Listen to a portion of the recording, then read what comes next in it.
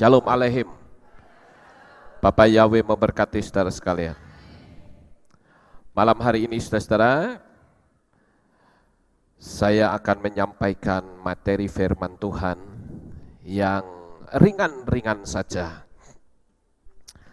Selama beberapa hari ini saya merasakan satu kesibukan yang luar biasa, ya, karena adanya pergantian sinode. Saya harus mengubah atau membuat website baru, dan saya harus mempelajari kembali dari ulang. Belum lagi pada hari Jumat mendatang anak saya Michael akan menikah, jadi kesibukannya bertumpuk-tumpuk.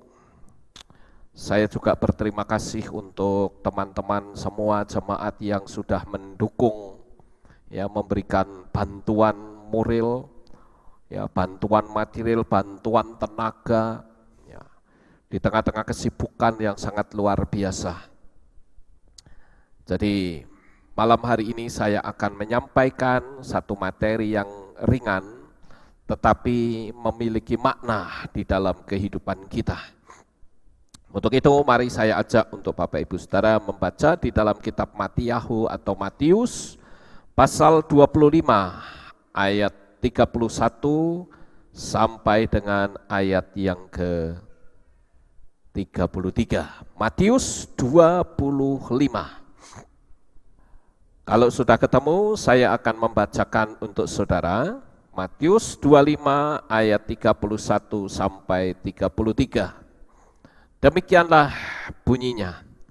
Dan ketika Anak Manusia datang dalam kemuliaannya dan semua malaikat kudus bersamanya,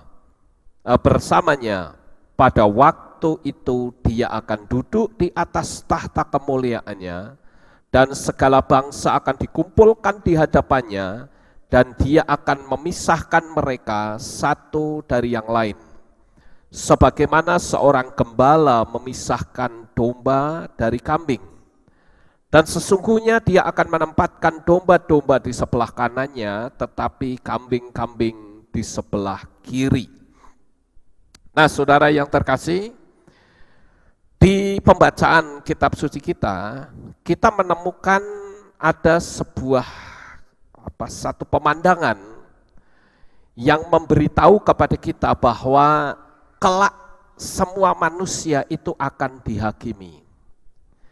Di sini disebut tentang bangsa-bangsa. Jadi Tuhan akan menghakimi semua bangsa. Tentu penghakiman ini tidak cuma menyangkut masalah sikap atau perbuatan manusia, tetapi tentu siapa sebetulnya Tuhan yang disembah mereka. Dan di sini diberikan pengertian, saudara, bahwa penghakiman itu pertama akan dipisah terlebih dahulu, seperti memisah antara kambing dan domba. Saya sepanjang hari ini merenungkan kambing dan domba. Ini sebuah pemandangan yang saya mungkin menyebut dengan istilah mirip tapi tidak sama. Kambing dan domba itu jenis spesies binatang yang modelnya sama, saudara, tapi beda sebetulnya. Kalau domba ya modelnya begitu, kambing ya modelnya begitu. Jadi satu spesies sebetulnya ini, ya.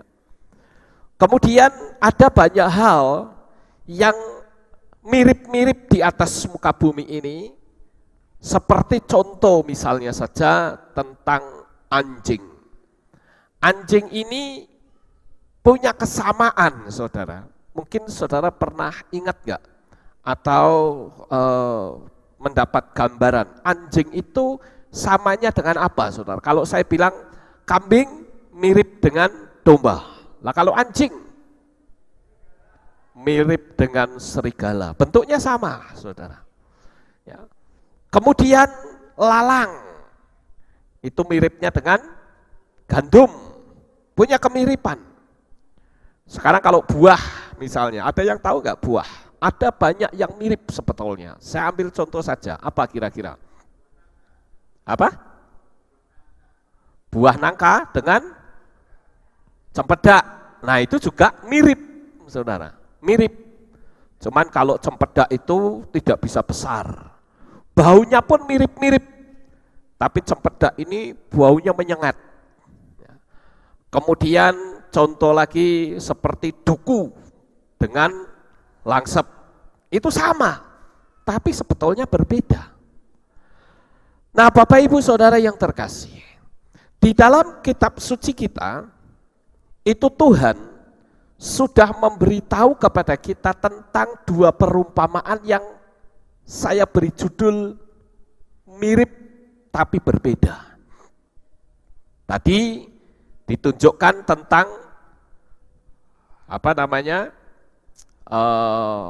kambing dengan domba, ada perumpamaannya. Kemudian serigala dengan anjing, ada perumpamaannya. Kemudian lalang dengan gandum. Ya, saya akan bacakan satu lagi tentang lalang dan gandum, karena ini juga mirip ya, di dalam kitab Matiyahu atau Matius 13, ayat yang ke-24 sampai 30 saya akan bacakan untuk saudara. Dan dia memaparkan sebuah perumpamaan yang lain kepada mereka, sambil mengatakan, kerajaan sorga atau Syamayim diumpamakan dengan seorang yang menabur benih yang baik di ladangnya. Namun sementara orang itu tidur, datanglah musuhnya dan menaburkan benih lalang ke tengah-tengah gandum itu. Dan dia pergi. Dan ketika tunas bertumbuh dan menghasilkan bulir, lalu tampaklah juga lalang itu. Dan seraya mendekat, hamba-hamba majikan itu berkata kepadanya, Tuan, bukankah engkau menabur benih yang baik di ladangmu? Dari manakah kemudian dia menghasilkan lalang? Dan dia berkata kepada mereka, seorang musuh telah melakukannya. Dan hamba-hamba itu berkata kepadanya, jadi maukah engkau sambil lalu kami mengumpulkannya? Kemudian dia berkata, tidak. Jangan-jangan dengan mengumpulkan lalang itu, kamu akan mencabut gandum itu bersamanya. Biarkan keduanya bertumbuh bersama-sama sampai masa penuaian. Dan pada saat penuaian, aku akan berkata kepada para penuai, kumpulkanlah pertama-tama lalang itu, dan ikatlah semua ke dalam berkas-berkas untuk membakarnya, tetapi kumpulkanlah gandum ke dalam lumbungku. Di sini perumpamaan ini mirip sekali dengan perumpamaan domba dengan kambing, saudara. Dia akan dipisah, tetapi memisahnya bukan sekarang. Karena dalam perumpamaan lalang dan gandum itu diceritakan bahwa si hamba-hamba ini atau para pekerja ini akan mencabut semua lalang-lalangnya. Tetapi karena bentuknya mirip, si yang punya ladang bilang, oh jangan diambil sekarang, biarkan itu tumbuh bersama, enggak masalah. Ya, walaupun pasti gandum itu akan sedikit terdesak, itu pasti. Tetapi biarkan dia tumbuh bersama. Nanti kalau sudah waktunya menuai, baru kamu ambil. Jadi sekalipun itu gandumnya ikut tercabut gak apa-apa, karena memang sudah masa menuai. Tinggal lalangnya dikumpulkan dan dibakar. Sementara yang gandum pasti tidak mungkin dibakar. Nah Bapak Ibu Saudara yang terkasih, di dalam perumpamaan ini saya meyakini bahwa apa yang disampaikan oleh Yesua ini sebuah kebenaran. Artinya kalau Yesua bercerita seperti ini, berarti betul-betul kelak di kemudian hari, ketika manusia itu sudah mati semuanya, bahkan dunia ini sudah kiamat, sudah tidak ada lagi dunia, maka di situ akan terjadi penghakiman. Dan ketika penghakiman itu terjadi, maka masing-masing akan dipisah menurut kelompoknya.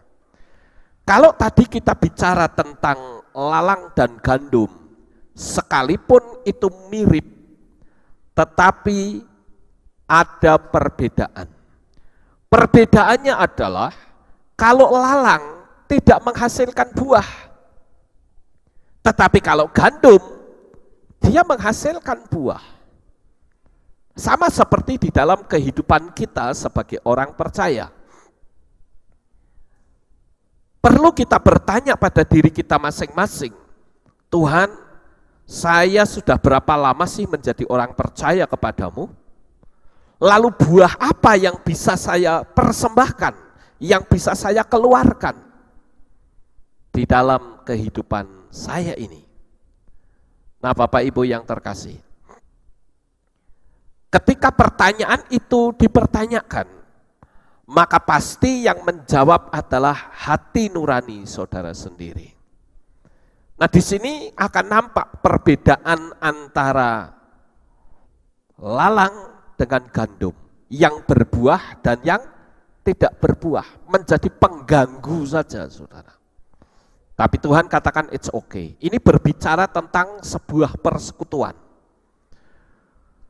Makanya kalau ada satu persekutuan, katakanlah seperti gereja-gereja begitu, ketika ada satu orang yang tidak beres, kita nggak perlu lalu menyingkirkan dan mengusir dia keluar.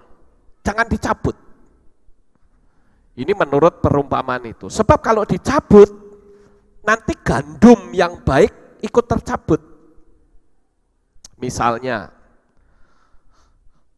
ini misal saudara ya, saya memerintahkan salah seorang yang hidupnya nggak benar, tak suruh pergi. Udah kamu pergi dah, nggak usah ke sini. Pasti orang ini di samping dia pergi, dia bisa membawa cabutan yang lain, mungkin familinya. Apalagi kalau mereka akrab dalam kehidupan sehari-hari, pasti yang lain akan berkata, yang gandum ini, wah keluarga saya disingkirkan dari sini, ya udahlah saya tak ikut keluar saja. Kira-kira seperti itu gambarannya saudara. Jadi kalau kita bicara tentang gandum dan lalang, Tuhan bilang biarkan mereka bertumbuh. Nanti setelah waktunya semua akan dibereskan. Sekarang kita akan kembali kepada masalah kambing dan domba. Karena setelah saya merenungkan, ternyata ada banyak pelajaran yang bisa kita ambil dari perumpamaan antara kambing dan domba. Sekalipun bentuknya mirip, tetapi berbeda karakter, saudara. Ya, sekali lagi saya katakan bentuknya mirip, tetapi perilakunya itu berbeda. Lalu kita perlu bertanya pada diri kita masing-masing pada malam hari ini, Tuhan, saya itu sebetulnya jenis domba atau jenis kambing? Wah, kalau kita sudah dipertanyakan begitu, nggak nyaman sekali ya di hati kita, saudara. Jangan-jangan saya jenis kambing lagi. Atau mungkin ada di antara kita yang berkata, oh kalau saya pasti domba. Nah sekarang coba kita uji. Apakah benar kita sudah masuk dalam kategori domba atau kategori kambing? Walaupun tidak nyaman di telinga kita, tetapi ada baiknya saya membahas hal ini, mengingat kitab suci menulisnya seperti itu.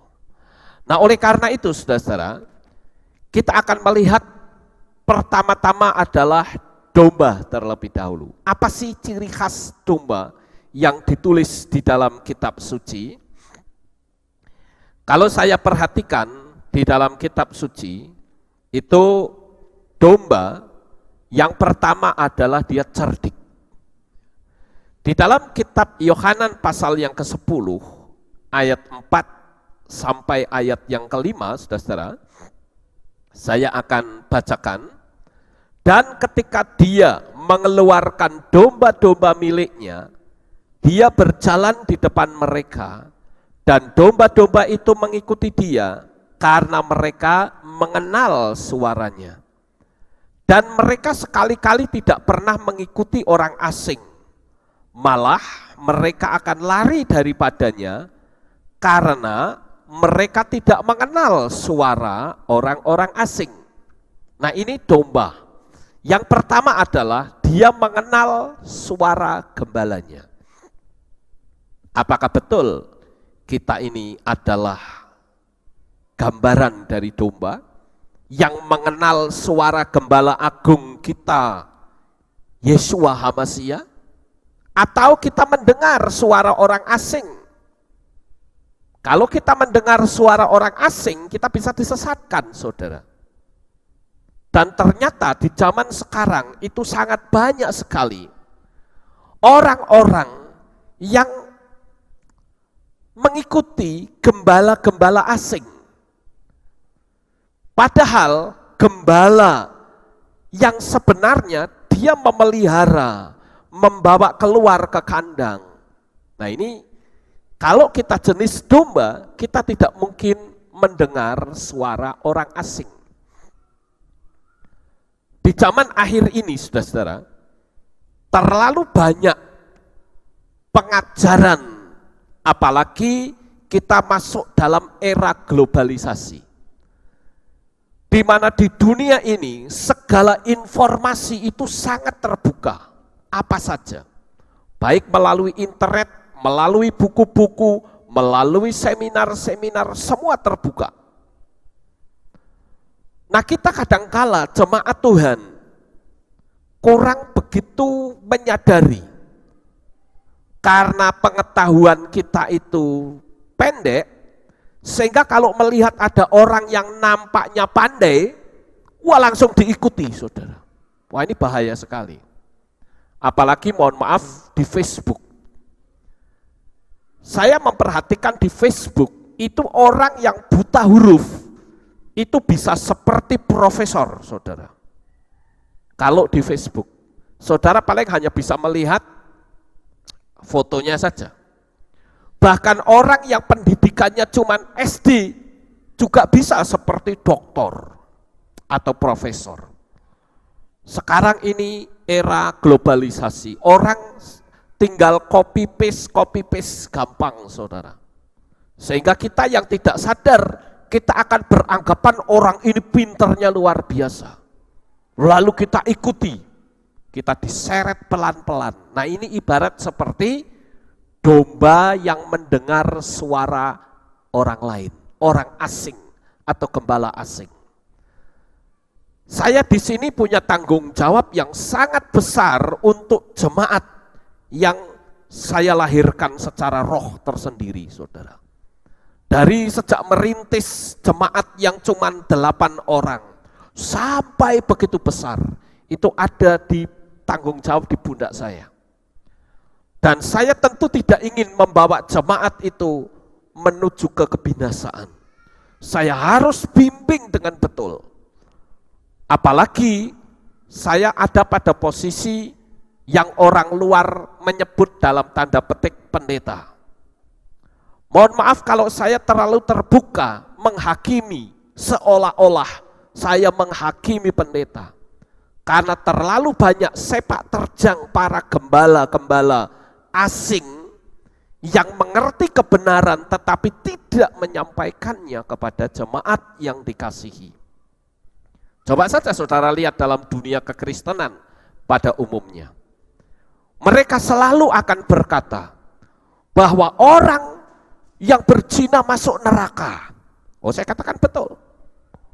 Orang yang mencuri masuk neraka. Oh ya betul, karena Torah berkata seperti itu.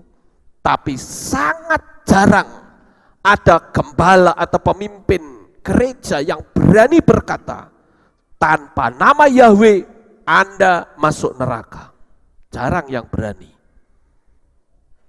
Padahal di kitab suci itu terlalu banyak pengajaran seperti itu.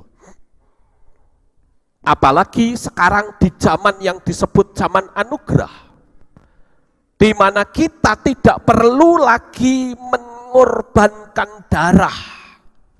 Kalau di zaman perjanjian lama, di kitab Tanakh, orang kalau mau selamat harus mengorbankan darah domba atau darah lembu. Sekarang kita tidak perlu. Kenapa? Karena Yesua sebagai dombanya. Dan melalui darah Yesua kita sudah dipastikan mendapatkan keselamatan yang mutlak. Tetapi kalau kita mendengar suara gembala-gembala asing, kita bisa meninggalkan Yesua, saudara.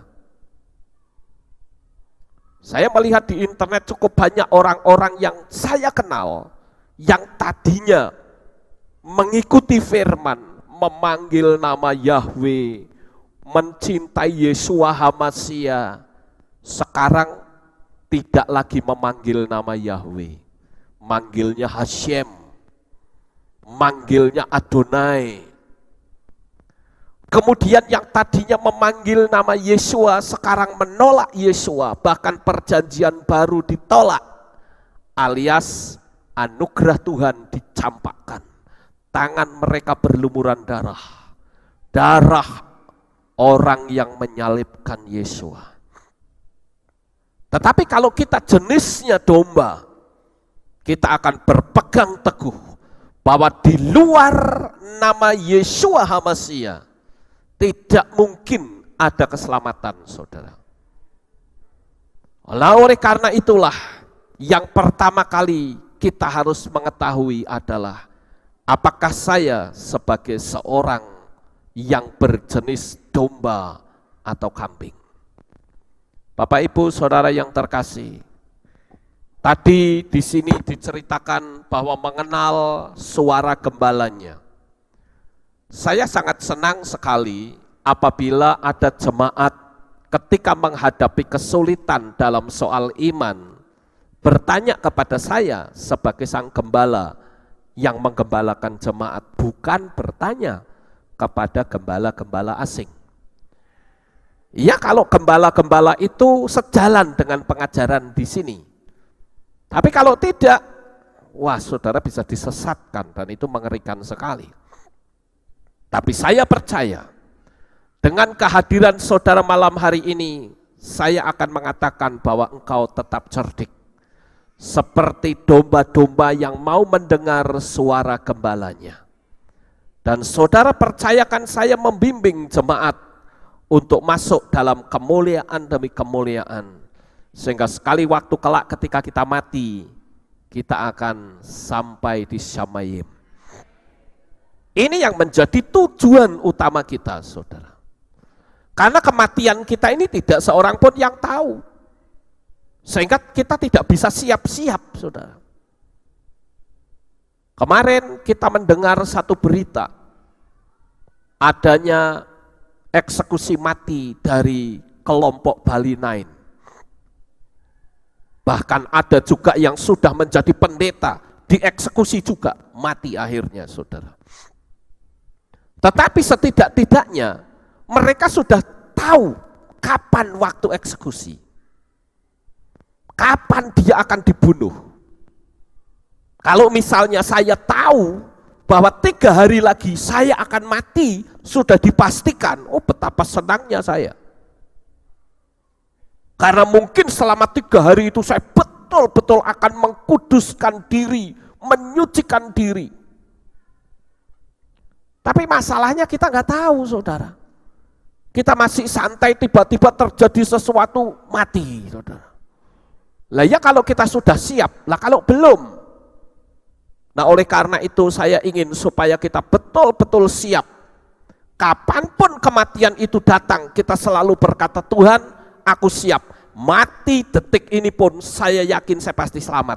Harusnya begitu. Nah Bapak Ibu, masalah kematian ini adalah masalah yang serius. Karena di balik kematian, itu ada kehidupan lagi. Bukan kehidupan dengan tubuh yang terbuat dari darah dan daging, tetapi kehidupan yang maha kekal. Saudara tahu maha kekal itu berapa tahun, saudara? Enggak ada tahun di situ.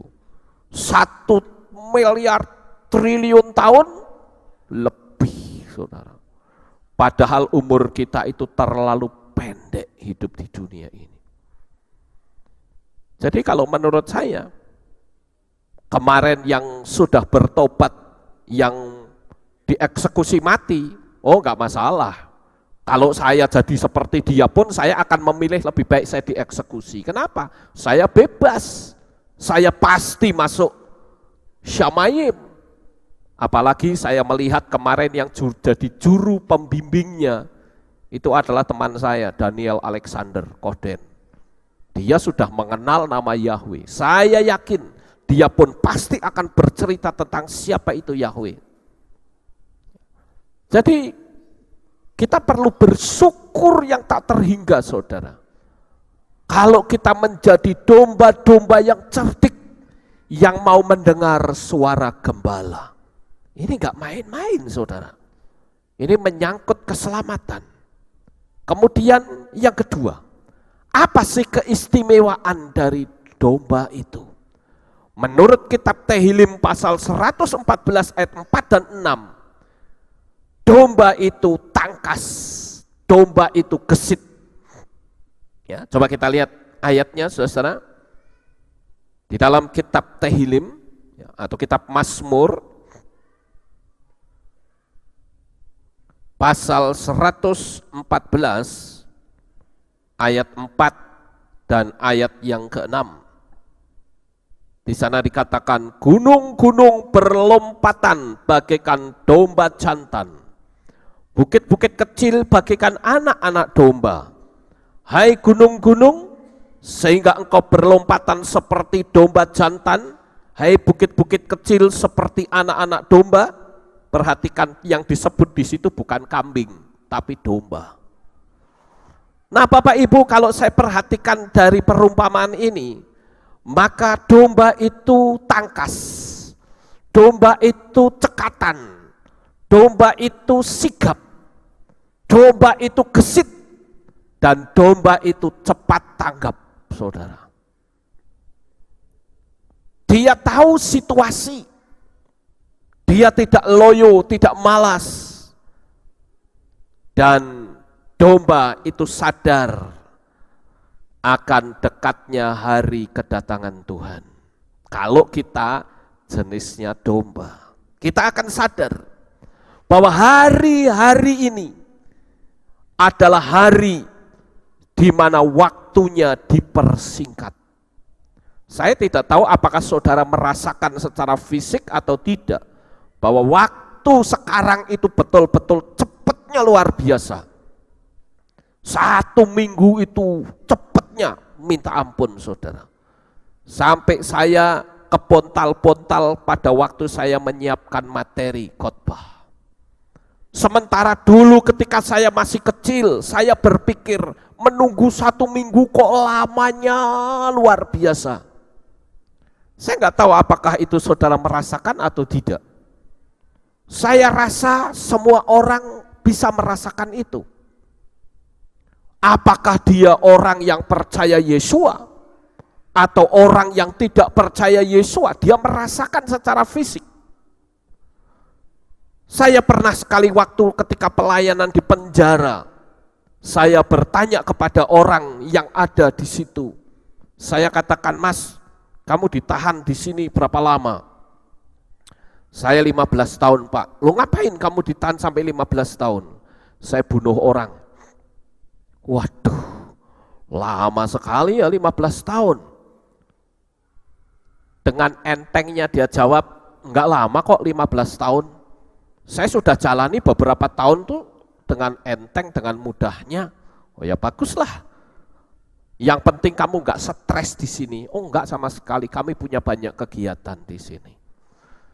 Dan saya juga merasa hari-hari ini berjalan dengan cepat. Orang yang ada di penjara itu sebetulnya orang yang menanti-nantikan hari H di mana dia keluar, itu terasa menyiksa karena sangat panjang. Tapi orang-orang di penjara mengatakan nggak lama.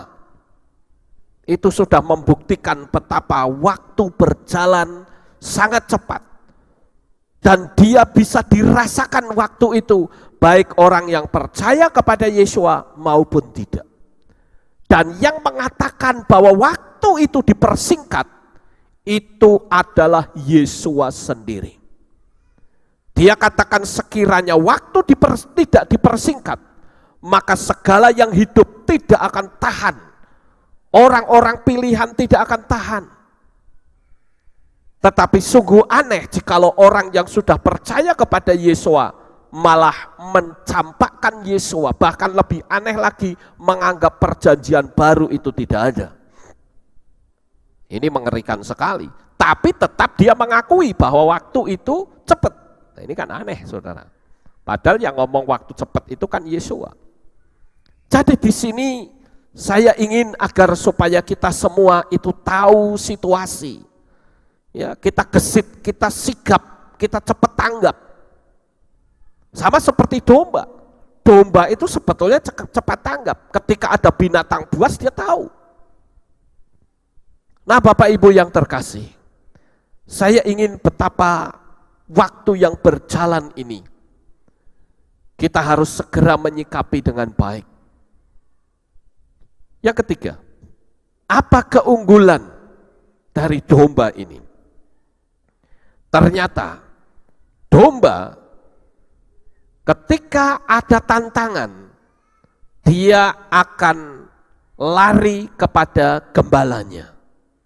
Dia tidak berani lari sendiri, tapi dia akan ngumpul, cepat-cepat ngumpul dan berteriak mencari sang gembala. Nah, Bapak Ibu Saudaraku, kalau kita tahu bahwa orang-orang yang menggembalakan domba, yang disebut di sini pasti domba Israel, saudara ya, bukan domba Indonesia, bukan, tapi domba Israel. Kalau saudara pergi ke Israel, saudara akan melihat orang-orang yang menggembalakan domba.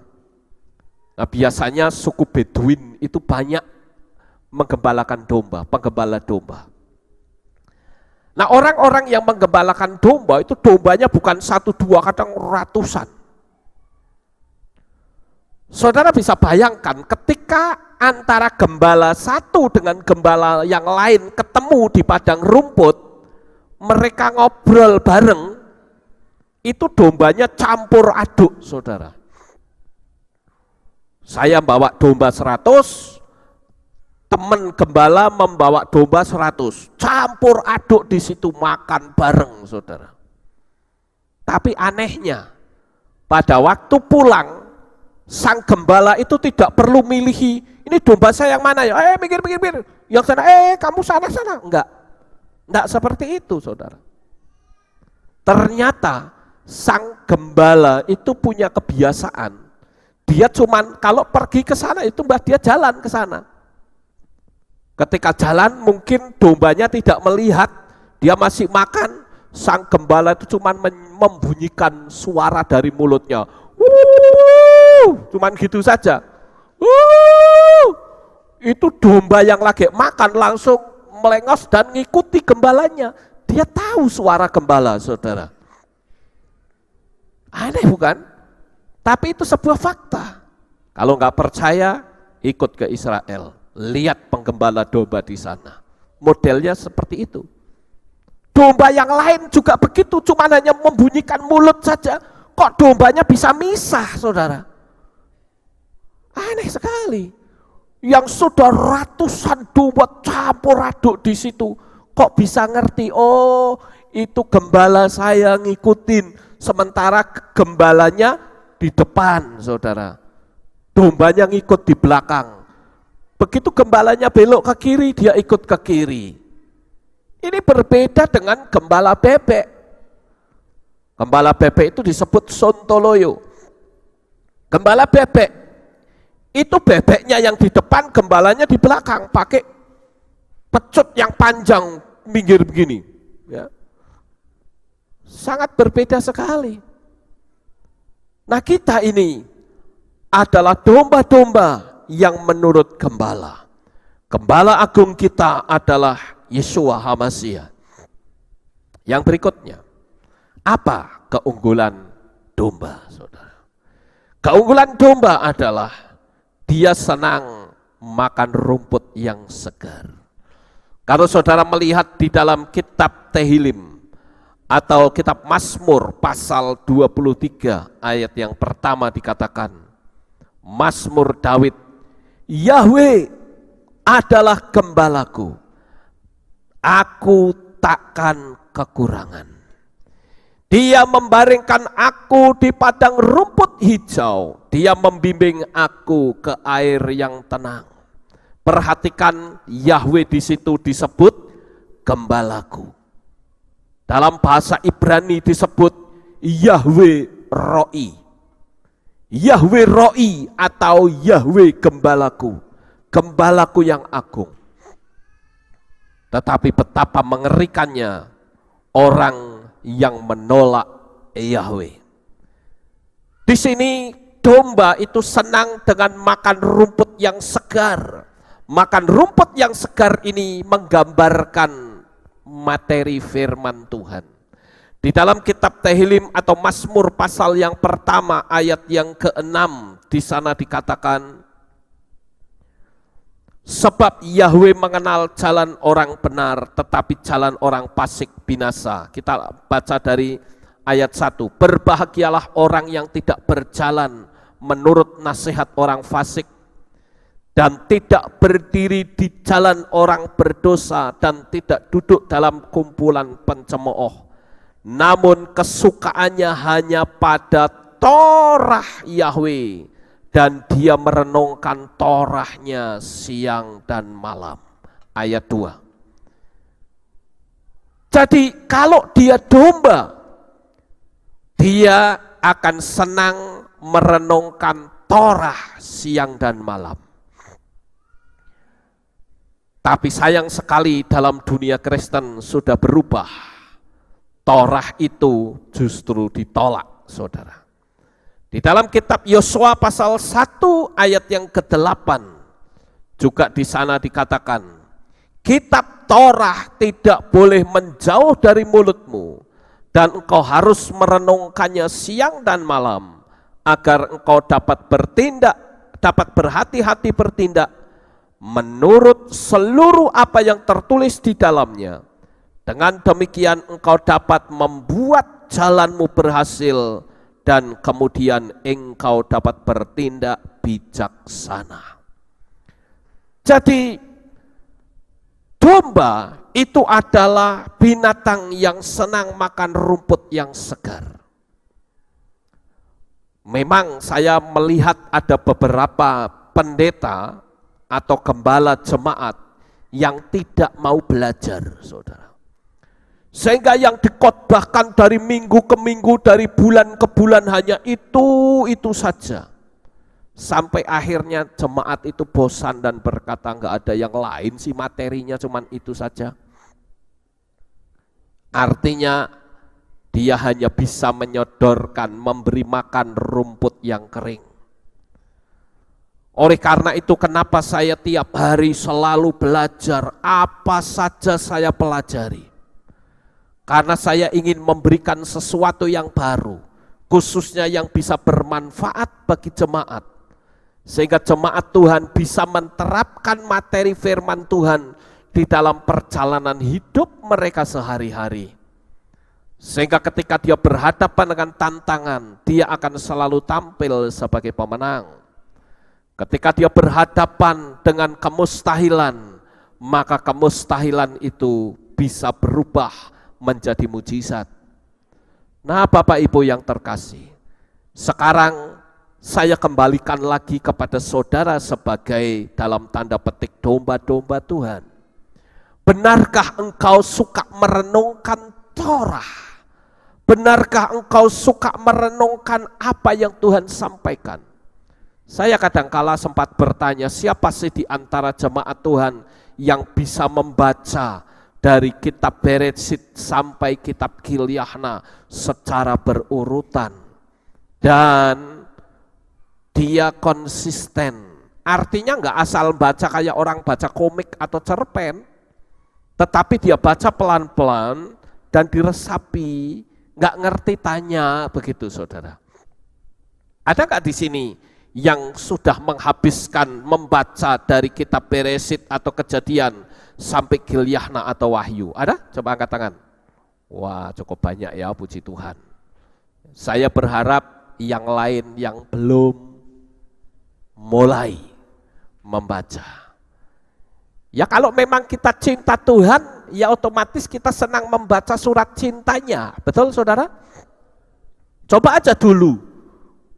Ya kalau orang sekarang jarang ya dapat surat cinta dari pacarnya. Wah, pakainya SMS saudara. Surat cinta itu sudah enggak kanggo ya.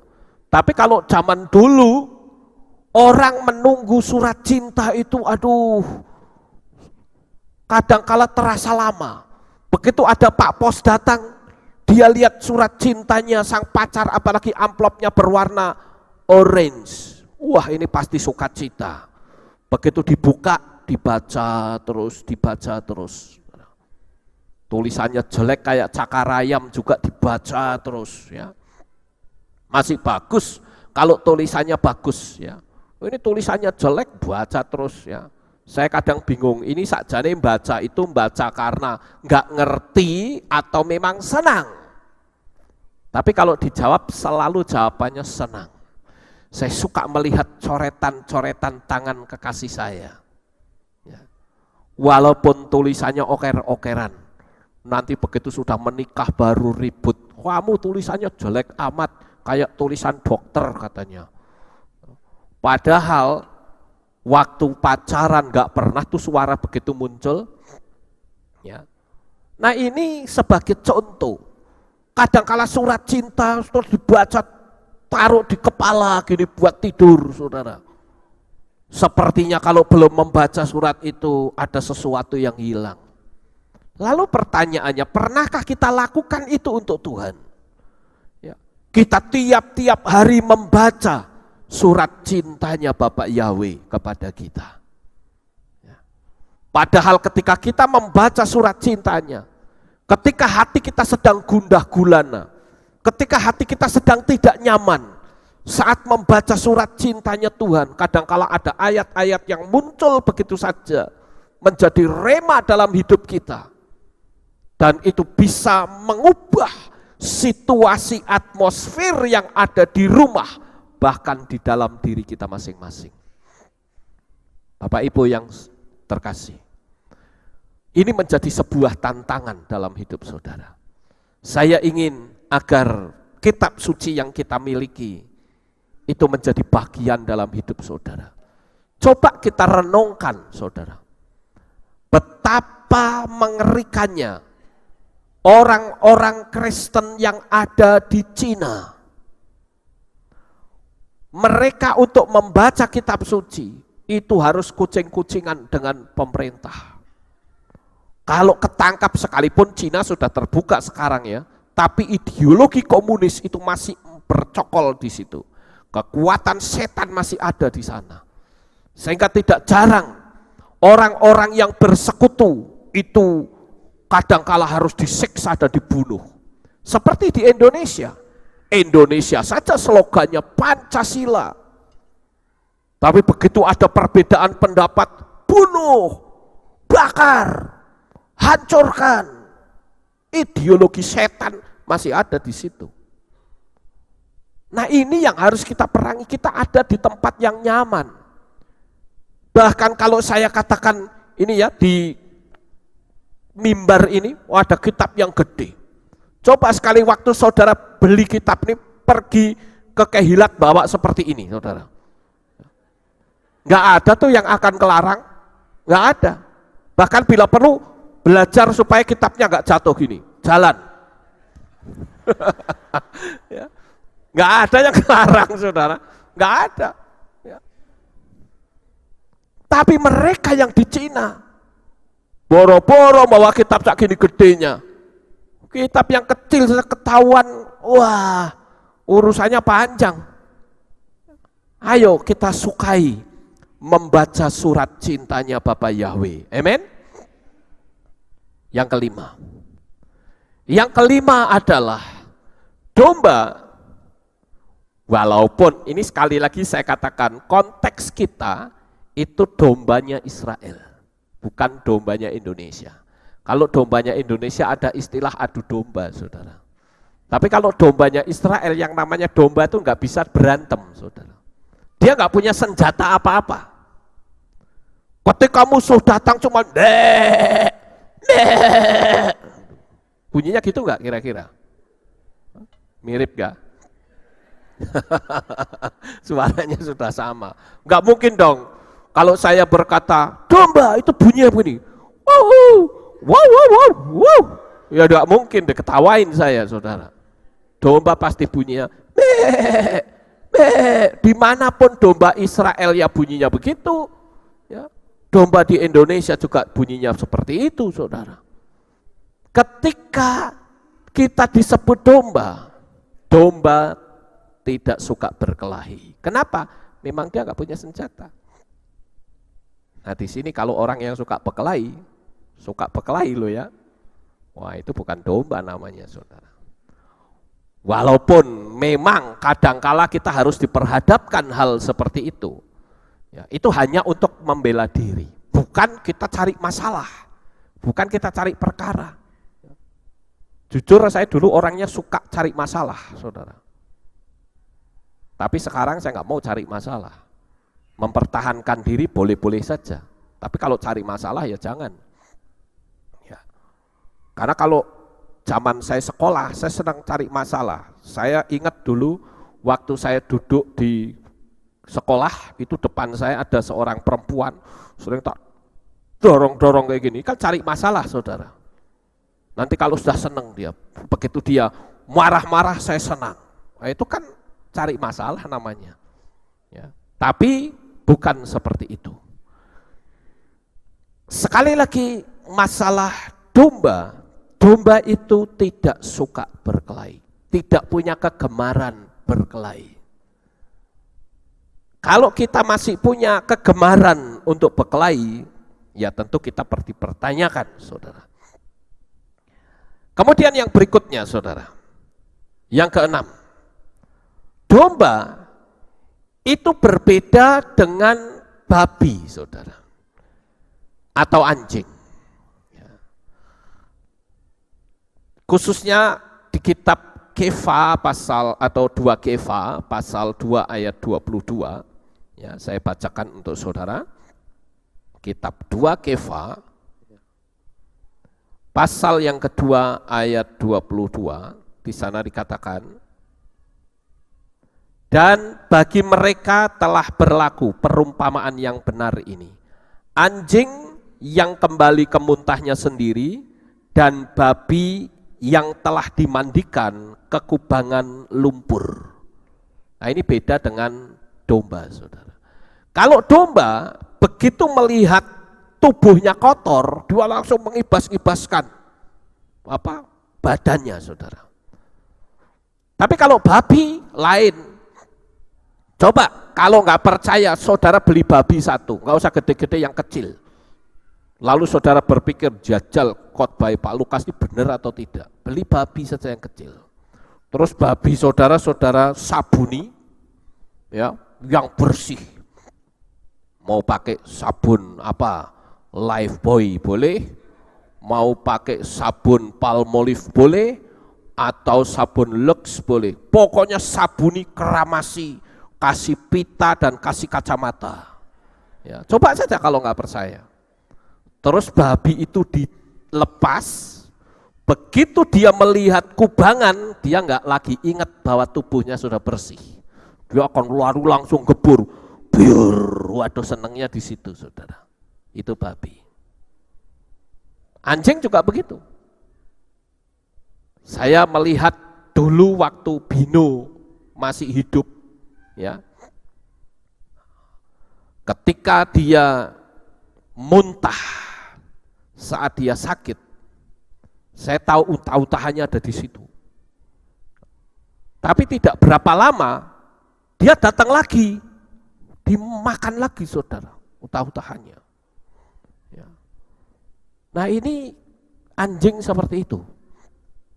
Jadi kembali kepada hidup yang lama. Ya saya menyebutnya ini kembali ke hidup yang lama. Yang jadi pertanyaan, apakah kita senang hidup kepada kehidupan yang lama? Bangsa Israel itu senang hidup lama, saudara. Ketika dia menghadapi kesulitan di padang pasir, pikirannya selalu berkata, enakan dulu ya di Mesir, katanya. Selalu pikirannya Mesir melulu, saudara. Itu yang saya katakan hidup lama, selalu muncul. Nah, kita sebagai anak-anak Tuhan, pasti akan beda. Kita tidak akan mau hidup dalam kehidupan yang lama. Dan saya katakan gambaran tentang bangsa Israel yang dikejar oleh tentara Firaun itu menjadi gambaran hidup kita, di mana kita sudah keluar, sudah dibebaskan. Tidak begitu mudah setan itu berdiam diri. Hari ini dia bisa keluar, tapi besok pasti mati. Setan itu kan sikapnya begitu, saudara. Saya ingat itu falsafah saya dulu ketika saya belum bertobat. Saya berpikir kalau saya berantem hari ini kalah, saya akui kalah. Tapi besok saya pasti menang. Nggak tahu model caranya seperti apa, itu urusan saya. Nah itu setan, saudara. Setan itu selalu begitu. Kehidupan lama kita, jangan saudara pikir setelah kita bebas, kita enak-enak. Enggak. Kehidupan lama kita kadang kala akan kejar kita. Dia cari kelengahan kita. Ketika kita lengah, dia akan masuk. Dia akan hancurkan kita. Jadi lebih baik kita waspada dari sejak sekarang. Sekarang yang ketujuh. Apa keistimewaan domba, saudara? Kalau saudara membaca di dalam kitab Syir Hashirim atau kitab Kidung Agung, ya, saya akan bacakan untuk saudara. Kitab Syir Hashirim pasal 4 ayat yang kedua. Di sana dikatakan, gigimu bagaikan kawanan domba yang digunting, yang keluar dari kolam pencucian, yang semuanya beranak kembar, dan tidak ada yang mandul di antara mereka. Saya mengambil kata kunci di sini, tidak mandul. Artinya apa? Di dalam dunia alam roh kita tidak lain adalah kita menghasilkan jiwa-jiwa baru. Saya ingat pada waktu saya masih sekolah minggu dulu, ada salah satu cara guru sekolah minggu. Nah, saya pikir ini penting juga ya. Kita sekolah minggu di sini perlu diterapkan. Saya dulu ingat, saudara. Guru sekolah minggu itu selalu pasang semacam banner gitu. Lalu nama murid-murid yang ada di situ dicantumkan satu-satu. Nanti setiap minggu ditanya, siapa hari ini yang membawa jiwa baru, dia akan dikasih bintang di namanya.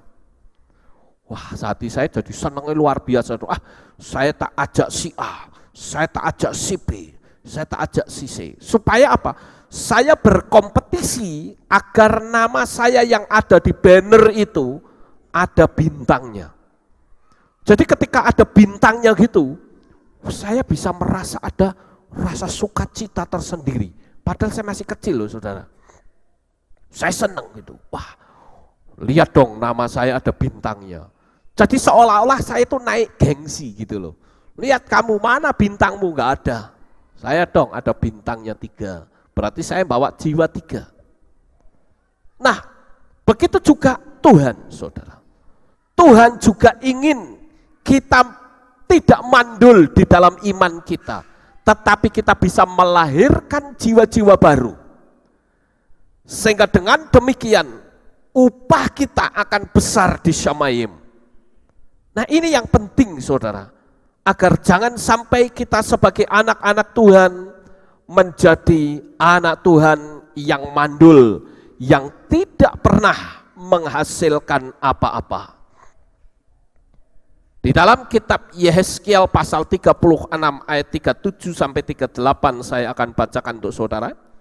Beginilah firman Yahweh, namun dalam hal ini aku akan dicari oleh keluarga Israel untuk bertindak bagi mereka, yaitu bahwa aku akan memperbanyak jumlah mereka seperti kawanan manusia, seperti kawanan domba yang kudus, seperti kawanan domba Yerusalem pada waktu perayaan yang ditetapkan baginya. Demikianlah kota-kota yang telah sunyi akan dipenuhi dengan kawanan manusia, dan mereka akan mengetahui bahwa akulah Yahweh. Jadi Tuhan itu ingin supaya kita menghasilkan jiwa-jiwa. Coba kita sama-sama merenungkan. Kira-kira sejak saya menjadi orang percaya itu, sudah berapa jiwa yang saya bisa bawa ke kehilat ini? Ini yang menjadi pertanyaan bagi kita.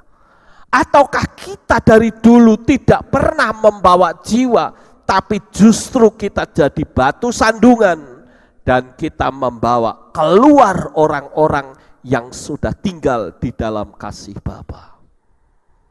Karena sikap perbuatan kita yang tidak berkenan, justru membuat batu sandungan orang yang tadinya setia, orang yang tadinya dekat, menjadi jauh dengan Tuhan. Yang kedelapan, saudara. Yang kedelapan ini, domba itu bulunya bisa dipakai untuk wol. Ya, kalau saudara lihat pakaian wol itu dibuat dari apa? Bulu domba, saudara. Jadi saya kadang punya bayangan begini, domba siang malam pakai wol, tetapi enggak pernah domba itu suaranya berubah seperti macan. Tetap saja menggembek. Tetapi manusia pakai wol, sombongnya minta ampun, saudara. Ini sebuah fenomena yang unik. Kalau wol itu dibuat dari bulu domba, saya berpikir domba berarti tiap hari pakai wol, tetapi nggak pernah sombong. Manusia pakai wol, katakanlah seminggu 3 kali saja jalannya sudah lain. Wah, sombongnya luar biasa. Artinya apa? Artinya adalah kesombongan itu sangat dibenci oleh Tuhan. Tuhan tidak suka kesombongan. Yang ke-10, saudara. Oh, yang ke-9 ya. Domba itu tidak meninggalkan kandang. Kita baca di dalam kitab Yohanan atau kitab Yohanes. Kitab Yohanan pasal 10 ayatnya yang ke-26. Di sana dikatakan, akan tetapi kamu tidak percaya karena kamu berasal dari domba-dombaku. Bagaimana telah kukatakan kepadamu, domba-dombaku mendengarkan suaraku dan mengenal mereka, dan mereka mengikut aku.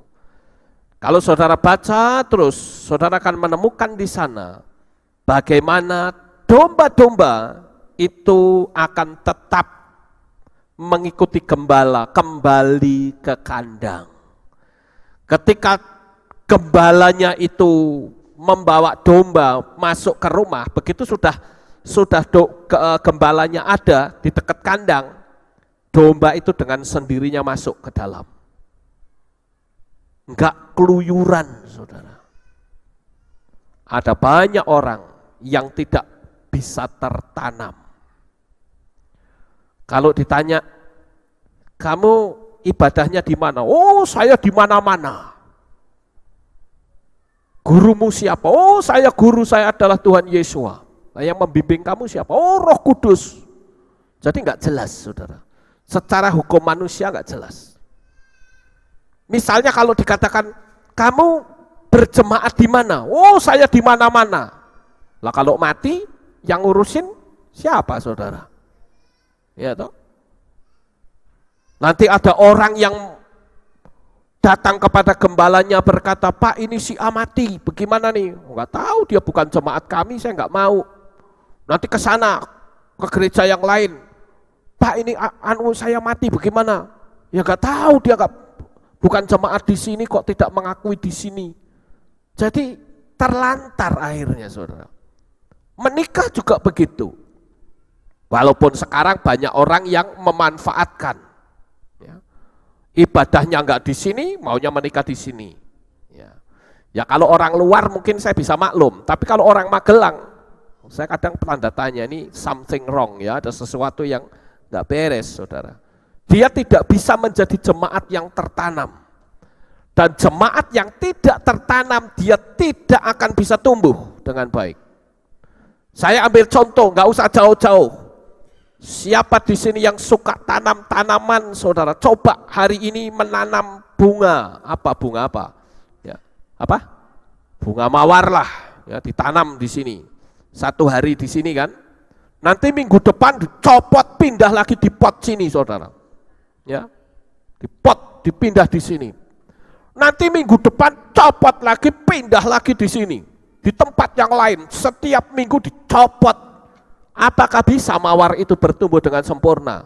Saya yakin tidak, mati itu iya. Itu seperti jemaat yang tidak bisa tertanam. Dan saya ingin jemaat di sini menjadi jemaat yang tertanam. Ya. Artinya, saudara boleh-boleh saja mau ke tempat ibadah, ke tempat yang lain, ke pengagung Yahweh, silahkan. Tapi tetap saudara memiliki status, saya jemaat Kehilat Alef Tau. Itu tertanam namanya. Jangan, ya yang penting kan Pak Lukas menyuruh saya tertanam mengatakan jemaat Kehilat Alef Tau, tapi tidak pernah ibadah di sini, sama juga bohong, saudara. Nah ini bicara soal domba ini, kita memiliki banyak sekali pengetahuan. Sekarang, tadi kan sudah domba, sekarang saya kasih sedikit gambaran tentang kambing. Enggak fair rasanya kalau saya cuma bicara soal domba, kambingnya enggak disinggung, saudara. Kambing itu bicara tentang sesuatu. Kambing dan domba itu bau tubuhnya beda, saudara. Kalau kambing itu tubuhnya lebih menyengat, saudara. Kalau di Jawa itu namanya apa? Perengus, saudara ya, perengus. Tapi mohon maaf, jangan sampai saudara yang keringatnya perengus lalu berpikir, oh saya kambing, bukan. Bukan. Tapi yang saya maksud di sini adalah, ini sebuah ilustrasi, bahwa dari tubuh kambing yang memancarkan bau, itu gambaran dari orang yang membawa gosip, saudara. Kalau manusia yang bau apanya? Mulutnya yang bau, saudara. Tukang gosip ke sana, gosip ke sini, membawa perpecahan. Jadi kalau kita melihat orang yang tukang bawa perpecahan, itu jenis kambing, saudara. Yang kedua, kambing itu suka menanduk, ada tanduknya. Beda dengan domba, domba nggak ada tanduknya, saudara. Domba Israel yang saya maksud ya, tapi kalau kambing itu ada tanduknya, jadi punya senjata.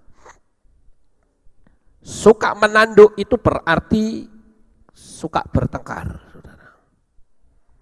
Yang ketiga, kambing itu bisa diadu. Jadi kalau kita dikasak kusuk orang, itu didu, tahu nggak? Tahu didu? Ya. Si A ngomong ini kepada si B, nanti si A ngomong lagi kepada si C, nanti si B sama si C berantem. Itu artinya orang yang gampang diadu, itu ibarat kambing, saudara. Ada di sini orang yang gampang diadu, saudara? Si A ngomong apa? Jajal ngomong sepisan meneng, tak tapui cangkeme. Kadang orang begitu mudah ngomong seperti itu. Buaran yang labrok, bok, itu enggak. Itu namanya Kambing, saudara. Jadi nggak usahlah kita masuk ke dunia-dunia yang berenergi negatif. Kemudian kambing dan domba itu jelas harganya lebih mahal domba. Kambing itu harganya lebih murah karena mutunya lebih rendah dari domba. Maka di dunia luar ada istilah kelas kambing. Ya kalau orang nonton bola, saya dulu ingat nonton bola itu tiketnya selalu tiketnya kelas apa? Kelas kambing, berarti yang duduknya di tempat yang jauh, saudara. Artinya nilainya itu rendah. Saya ingin kita memiliki nilai yang tinggi karena kita sudah dibeli dan harganya tunai dibayar. Bukan dengan emas atau perak, melainkan dengan darah Yesua HaMasiah. Itulah nilai hidup saudara semuanya. Kemudian saudara, saya akan soroti antara kambing dan domba dari dunia mistik. Dalam dunia mistik atau dunia alam gaib, alam perdukunan, itu ada domba dan kambing. Nah sekarang saya mau tanya, anak-anak muda tahu nggak yang suka berkecimpung dalam dunia zodiak? Domba itu disebut apa? Aries. Kalau kambing? Capricorn. Ya. Tapi saya berharap saudara nggak usah berkecimpung di dunia itu lagi ya. Kita tahu nggak apa-apa, asal tahu saja. Tapi bukan berarti kita mengimani. Ya. Tetapi saudara, di dalam dunia mistik, domba atau Aries itu memiliki suatu karakter, yaitu antusiasme mandiri. Artinya apa? Antusiasme itu kan antusias, ya kan? Semangat, tapi mandiri. Mandiri itu artinya apa? Enggak ngerepotin orang lain, ya, tidak menyulitkan orang lain. Yang jadi pertanyaan, apakah saudara menyulitkan orang lain, bikin orang lain jadi sulit, atau saudara menjadi pelepas bagi kesulitan orang lain? Kalau saudara menjadi kesulitan orang lain, membuat orang lain jadi sulit, itu berarti saudara Capricorns atau kambing. Kambing itu memiliki karakter yaitu hasrat menyelidik, unggul di dalam seks. Ya. Tapi sekali lagi, penerangan ini itu saya ambil dari sebuah buku yang diberi judul Misteri Masa Lalu Anda oleh J. Maya Pilkington. Tetapi ini sebagai gambaran saja. Saya tidak mengimani, sama sekali tidak. Ini hanya sebagai gambaran bahwa antara kambing dan domba dalam dunia mistik itu ada. Dan bagaimanapun juga yang namanya domba selalu lebih unggul dari kambing. Nah, saudara yang terkasih, perbedaan iman model seperti apakah kelak akan ketahuan di saat terjadi penghakiman. Tetapi saya percaya malam hari ini, bahkan saya mengakui bahwa jemaat Kehilat Alef Tau ini adalah jemaat yang berjenis domba. Dan saudara adalah orang-orang yang siap diberkati dan dipilih Tuhan, kelak di Syamayim kita sampai penuh dengan sukacita. Sukses besar untuk saudara, Bapak Yahweh memberkati. Haleluya. Kita tunduk kepala, kita akan berdoa.